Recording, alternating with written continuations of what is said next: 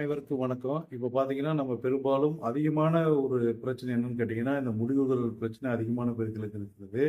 இது நடுத்தர வயதினருக்கு மட்டுமல்லாமல், இளம் வயதினர்களுக்கே இந்த முடிவுதல் பிரச்சனை அதிகமாக இருக்கிறது. முடிவு வந்து அந்த அடர்த்தி குறைவாகின்ற ஒரு தன்மை எல்லாம் இந்த மாதிரியான ஒரு இளம் வயதினர்களுக்கு இந்த மாரி வருகின்றது. இதற்கு மிக முக்கியமான காரணம் அப்படின்னு பார்த்தீங்கன்னா, நம்ம அதிகமாக இந்த ஷாம்பு போன்ற விஷயங்களை அதிகமாக பயன்படுத்துவதன் காரணமாகத்தான் இப்படி நடக்கிறது.